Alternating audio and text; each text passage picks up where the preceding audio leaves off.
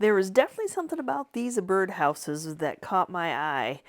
Probably the thought that I could make them over and share it with you, my vision for these. And they're actually, you think that they're birdhouses, but actually they're just a block of wood. So after getting all the little embellishments off that I could, including the grass that was in the little holes, and getting them wiped down, I'm just giving them a fresh coat of Kills paint and primer in the flat white.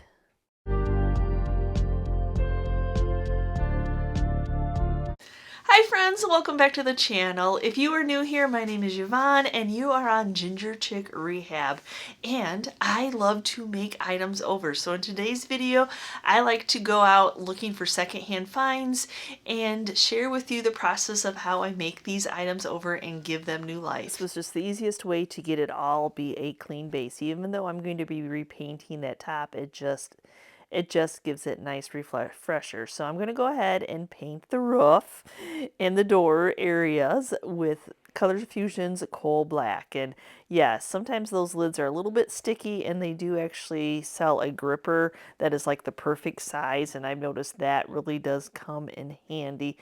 So yeah, just a fresh coat of black paint. I love these handmade pieces, and actually I love when I get a chance to make them over.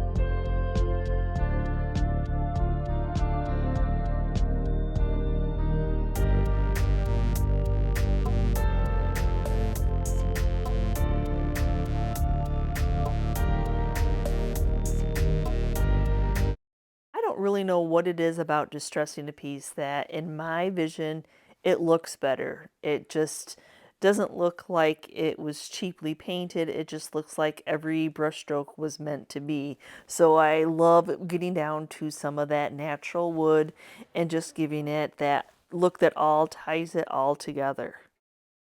And since I have a hole, I might as well figure out what to do with it. So actually, I'm going to use some of this grass that I have that actually is green. So before it was just that tannish Spanish um, grass, Spanish moss, whatever it is from the dollar store. But I always like it to be a little bit greener. It just gives that pop of color with that black and white. So I'm just going to hot glue a little bit in place in that hole.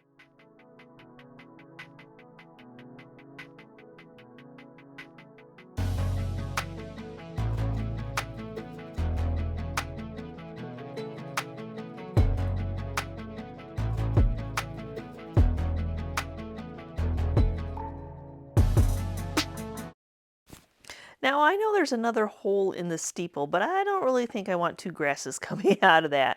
So what do I have in my stash that's about that size? So go to my stash. I have some little thumbtacks that I have picked up here and there that have numbers on them. Nope, the number means nothing. I just happened to pick the number 7, whichever one my finger went to fill that hole. Just something a little unexpected. I knew sooner or later this little birdie would come in handy. I think it was in an auction haul with some Christmas items, but he was so super cute. I'm like, I will hoard onto him, and he is perfect size for this birdhouse. Though I'm trying to get his wire. He's on a wire, so I want to be able to stick the wire in the hole a little bit with some hot glue. My last step, you think, before I glued would be, I would do this before, but I don't want anything to stop the glue from adhering, and wax may do that. So that's why I'm saving my waxing step to my last step. So I just want to bring that black paint back to life where I sanded it, and that is exactly what the natural wax does.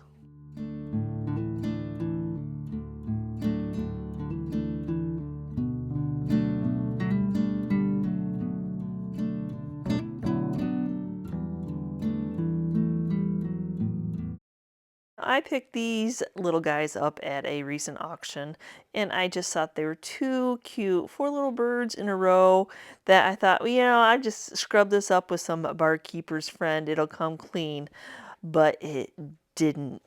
So it needs a makeover.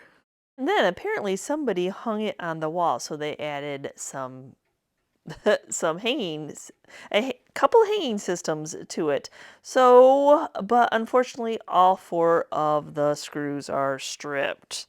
So, screwdriver is not going to work. So, and they're so small that I couldn't get pliers in to twist them. So, this is what I did. I cut the hanging system so that I could get a pair of pliers in there to be able to twist to remove those. Yeah, I wasn't a fan of those. I like it just as a little shelf sitter. I know somebody probably will say that they would have left them on, but I'm not painting over them. So after the struggle of getting those removed, now I have holes. So actually, there's a random third hole in the center. I don't even know. But so I'm just going to go ahead and fill these in. Y'all, I'm very slowly adding colors into my makeover. So baby steps, you all. So this French eggshell just is everything. Oh my gosh, is this not a beautiful color? And I'm loving on the Color Fusion paint. So now Color Fusion is an all-in-one paint. I do not sell it. I get it from Vonda from the Painted Heirloom. I always link her down. She's always been my IOD to go to. So Color Fusion is an all-in-one. So your primer and your finish coat is in there. But all-in-one does not mean it's a one-coat coverage. You still have to put 2 coats on to cover depending on the color. And I absolutely love the coverage that this paint gives.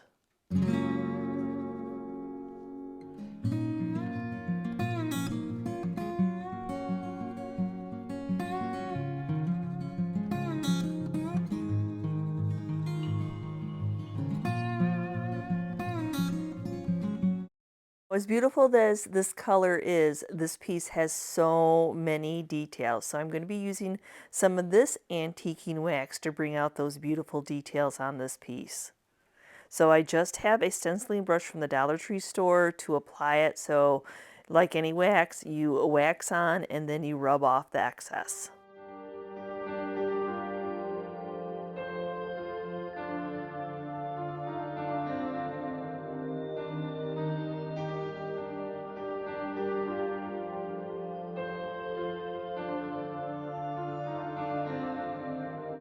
So this horse is nice primitive decor, but he's a little too clean. He's a little too new. So I'm going to go ahead. Yes, I'm not taking the paint all the way off. I just have 220 sandpaper. I'm not pushing down hard to try to remove paint. There's a lot of carved details. You can tell that this was a carved piece, and it's actually got a signature of the person who made it. And I'm not to offend them by any means by making this over, but I picked it up in somebody's antique booth really cheap, very cheap, y'all. And I'm like, oh, but it's a horse on wheels. So yes, I knew that I could go ahead and give it some distressing to make it look a little bit more old and vintage. And then for the areas that I just can't get with the orbital sander, I will go in and hand sand. Just popping out those details, just making it look like this toy has been played with, just takes it to another level. And now since I exposed that very bright wood underneath, I'm just going to take some of the Waverly antiquing wax and darken it up.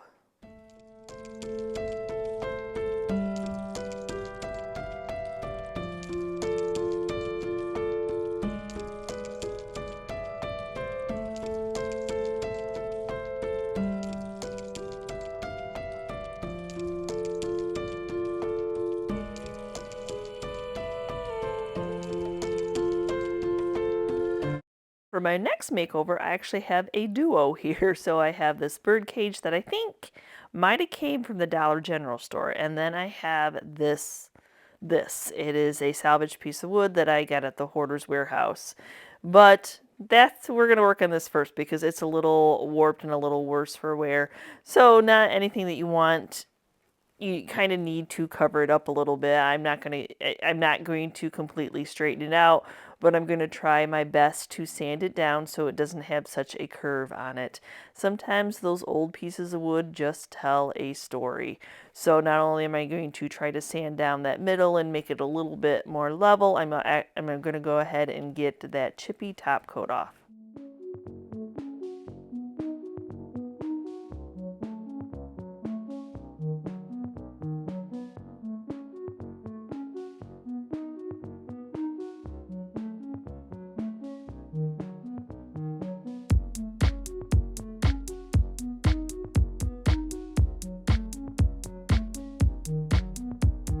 Is it perfect? No. Is it way better? Yes. It does not rock quite as much. So all I'm going to do to refresh that wood is use some of the Howard's Restore product in the dark walnut. And that's just going to bring this wood back alive. That's why I really needed to get that outer top coat off.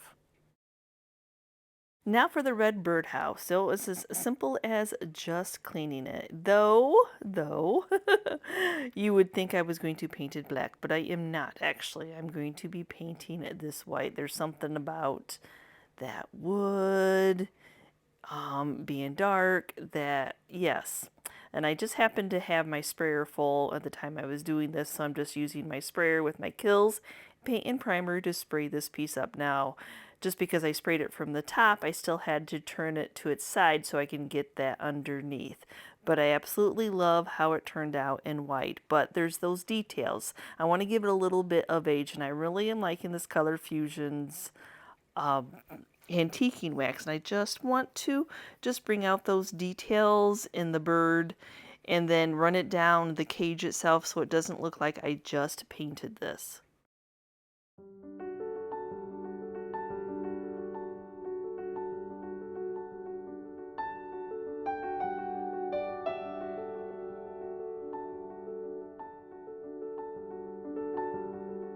So now that these two pieces are refreshed, they are like new, but as you notice, the birdhouse is a little bit small for the base. So, but we can hide that. We can hide it, y'all. So I actually have a baby grass wreath that I made. I have a few still in my stash that I have made on an embroidery hoop, and I cut up the baby grass from Hobby Lobby. That's a whole nother video.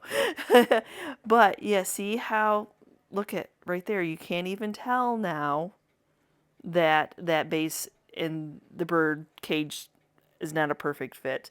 And I'm loving on this hook because I'm like, oh, I have a patina star that has a hanging system on it that I can hang it from the hook. I think this will all work together. But wait, we should definitely add some type of light. We have that center portion now. So I'm just going to do this little rusted jello mold that's patina matches that star perfectly, and a little grungy votive candlelight. Now I'm not going to like permanently attach the wreath or the bird cage because then how do you get to the candle? But it all will work together when it's just sitting all pretty.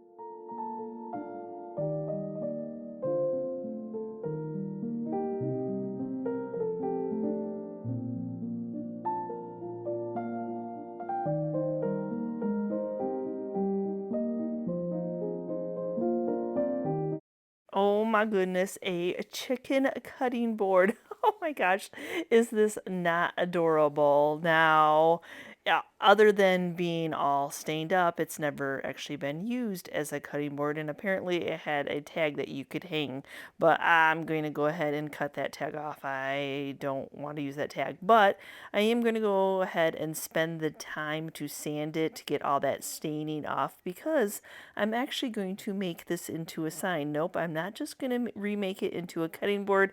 It's just kind of like that blasé color of wood, so I can actually envision this as a type of a sign.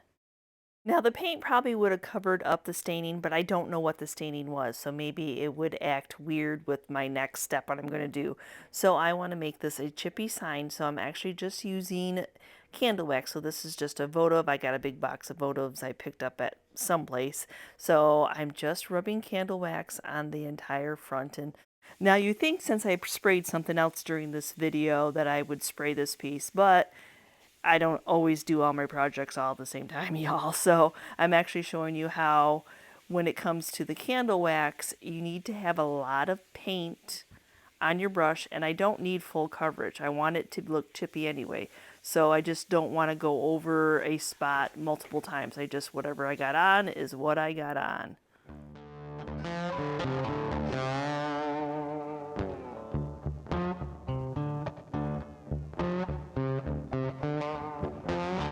Because I put such a heavy layer of paint on this, I let it dry completely overnight. Now I'm just taking a scraping tool like you would spackle with, and I'm just running it all the way across, so wherever that wax was, the paint is coming off. So it's really going to give it that nice chippy aged look.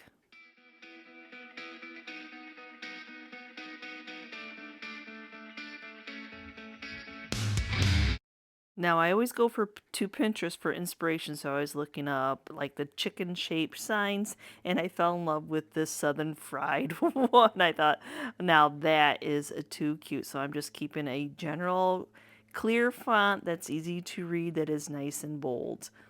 Now I cut this out on a permanent vinyl. I like the Oracle 651 that I get off Amazon. I always link everything I use down in the description box. Occasionally there is something I forget, but you know, it is what it is. So now I'm just going to use some transfer tape to transfer my vinyl onto my chicken. I have to admit to you that I have actually never tried to letter over the top of something I've patinaed like this before with Vaseline or glue, which I don't think glue would have done this, or the candle wax, but my vinyl didn't really want to stick. And I kind of knew that that might happen, but I didn't want to deal with trying to um, do a stencil out on cardstock because I had little pieces that I needed to adhere. So I knew it was going to be a little bit of a struggle, just having to go slow and gingerly and making sure, just as long as I got my general letters down. I mean, if you go slow enough, you can do it, but it's not a big project by any means. But I just wanted to share with you that it wasn't just like the vinyl wanted to stick, just because of that wax underneath there. It was like, yeah, I probably don't really want to stick for you, but I kind of forced it to. For the lettering color, I'm just going to use black. I just wanted this to look like it was an old sign. So I'm going to use a pouncer, which is like a sponge on the stick, with minimal paint. I don't want a lot of paint on. This is going to be a one, whatever I get on is what I get on, because I want it to look old and chippy, and I don't want to have a ton on my sponge because I know that my letter, my vinyl's not completely really stuck.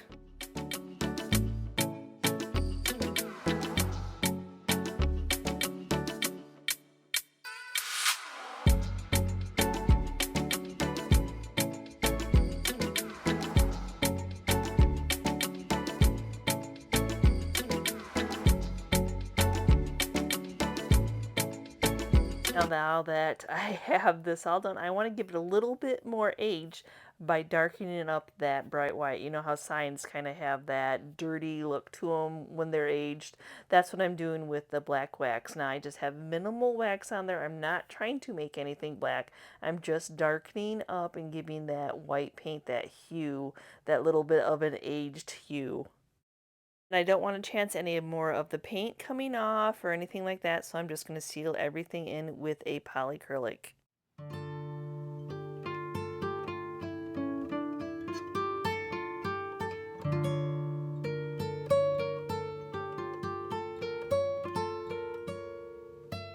Why, hello there, little piggy. Yes, I've actually picked this up for a couple bucks in an antique store, and I'm like, oh, he's a little pig cutout. So, though I'm not a fan of his paint job and his heart on his butt, it's cute, it's cute. But, yes, we're going to go ahead and sand this paint off. But I'm going to make him into a sign also, so I don't necessarily need to get all his paint off, as I do need to get his eyeball and his tattoo heart off his booty to get him cleaned up.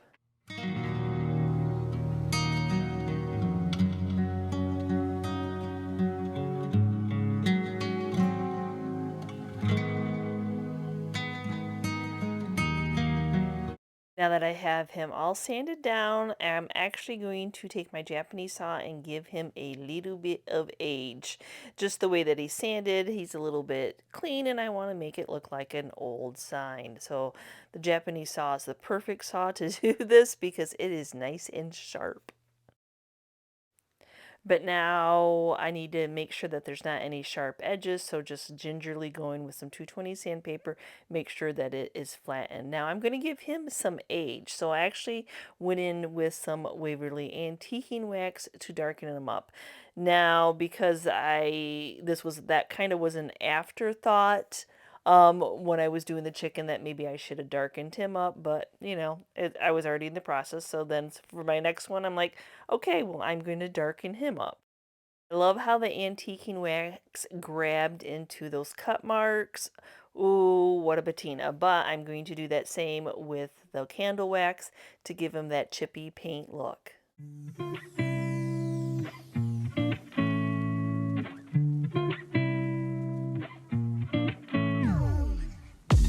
Now for him, unfortunately, the wording that I fell in love with on the old pig-shaped sign was a lot of wording, and he's a small pig, but I'm gonna make it work.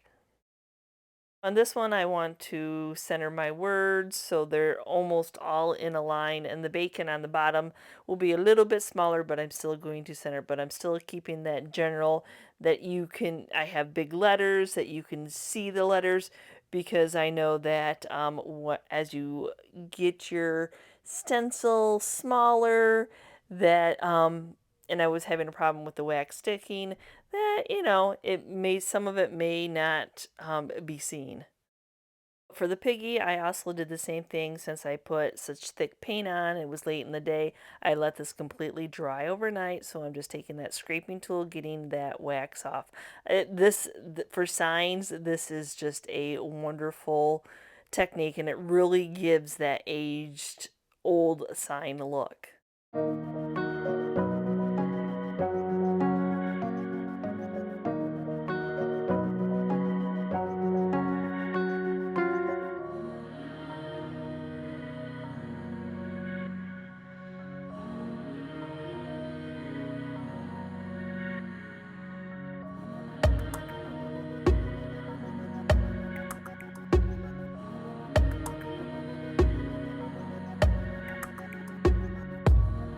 So of course this one hardly wanted to stick at all, but I was going to make it work. So as you see, you can see the whole vinyl shifting on me. But I'm a trooper, and I just stuck with it because I had already cut it out. And yeah, some of my little pieces really did not want to stick, but like I said, I'll use that pouncer. I'll make it work. Everything is an afterthought, so maybe if I would have polycrylic, like top coated it in, as I said, this was the first time I was trying to put a stencil on it. The next time I'll remember to polycrylic, let that polycrylic dry, and then put my lettering on. I think that'll work much better. Let me know down in the comments below, when you are crafting or doing a DIY, does it come out perfectly every time? Do you ever have any struggles? Or is it just me that always seems like I'm doing a project, and as soon as I turn that camera on, some type of struggle is going to happen when I'm filming for you all? I just like to share my ideas of what I like to create.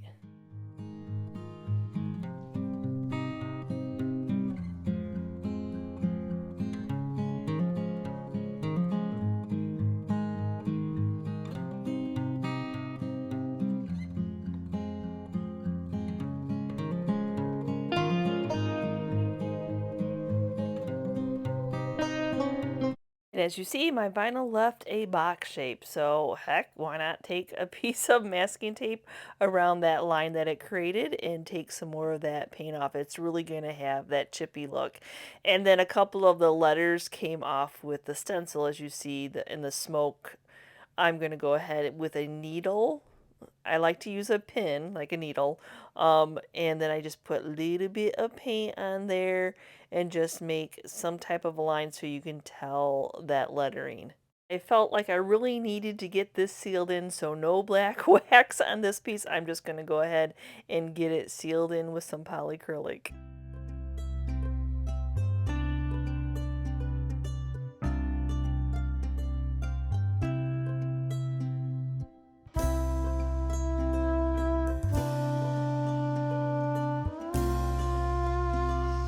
Okay, so what did you think? Give me a quick comment down below. Which of the items I made over were your favorite, and have I inspired you to look at secondhand finds in a new way? Thanks again for watching today's video, guys, and as always, if you're part of our YouTube family, thank you so much. And if you are new and you're checking out this content for the first time and you enjoyed what you saw, please consider hitting that subscription button along with the notification bell so you know we've uploaded a new video. And we will see you next time, guys, and you can see what we're up to. Bye!